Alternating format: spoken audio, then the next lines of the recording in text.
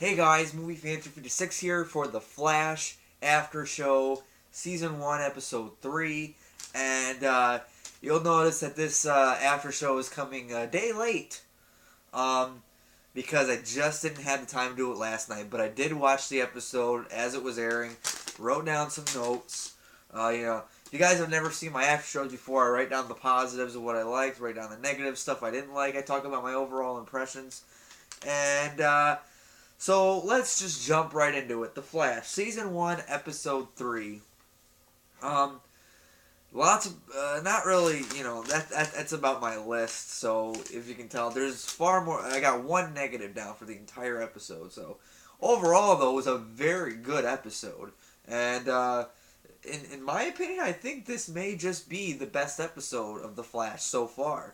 Um, so, the positives. The dynamic between Barry and Joe. I kind of mentioned this last week that I love the dynamic between the two characters, and I really like the two together. So, the dynamic between Barry and Joe, it was really good this episode, as it always is so far, anyway.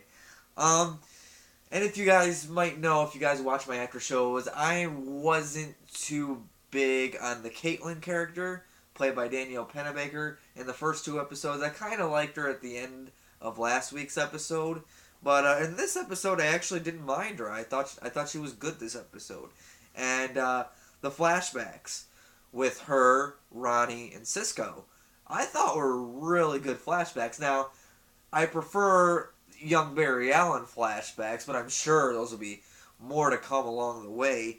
So that's not really, too big of a deal. But yeah, the flashbacks of Ronnie, Caitlin, and Cisco, I thought was really good. Um, the special effects. I hear a lot of people complain that the special effects, the CG, is a little cheap and ridiculous. It's a TV show, and it's The Flash, and it's more like a lighthearted, cartoony type show. So I don't really have a problem with the special effects. In fact, that's actually one of my positives is the special effects, especially in the fight between the Flash, or as he's known in the show, the Streak, and the Mist. I think that's his name. I don't know too much on the Flash lore, um, but I heard I heard that they called him the Mist at some point in the episode. So, yeah, I like the whole gas superpower or metahuman, whatever. I like that. I thought the special effects in their last fight scene together was awesome. Kind of think he went down a little too easy, but of course he's not dead. They locked him up, which brings me to the next positive on the list.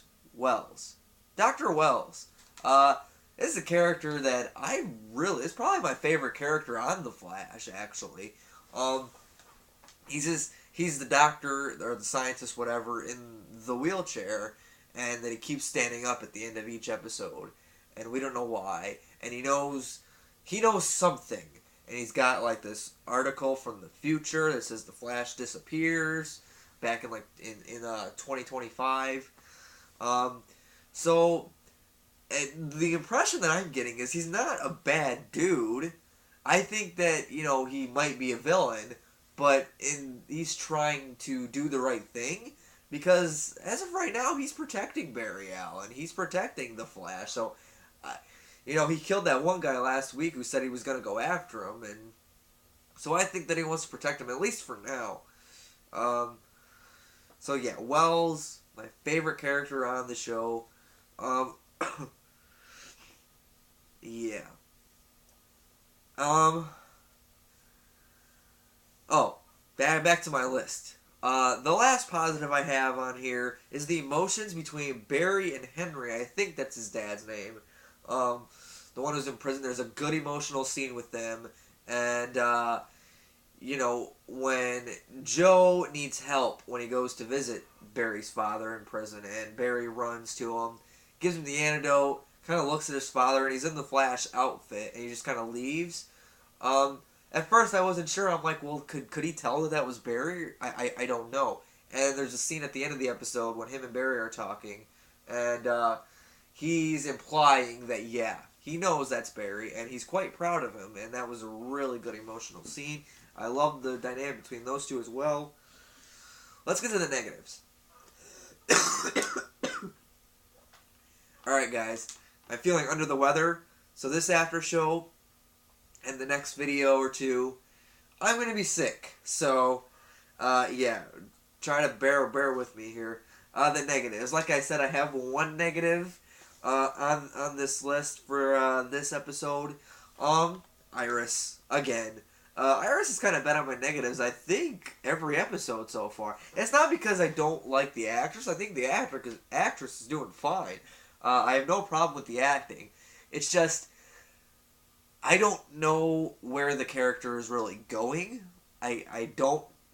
To me, Iris is just kind of there. I mean, yeah, Barry grew up with her, so there's history there, and they are, like, the best friends kind of thing, but I'm not really seeing a big purpose to her character. But I'm hoping that she's gonna go somewhere and it's gonna be awesome. But as of right now, as for this episode, it's on my negative still. Well, guys, it's a pretty short after show today. This one, I don't know. But yeah, like I said, there was a lot of positives on here of stuff that I did like. Only one negative, really, but that's not that big of a deal just yet.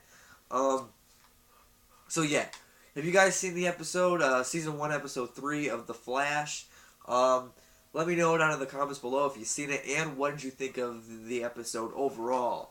And what are some of your positives and negatives? I'd be happy to hear anything that you like and don't like, and they don't have to match my list or anything. In fact, I want them to be different. So, guys, what do you think of The Flash Season 1, Episode 3? And that's all I can say for today. I'll see you guys in the next video.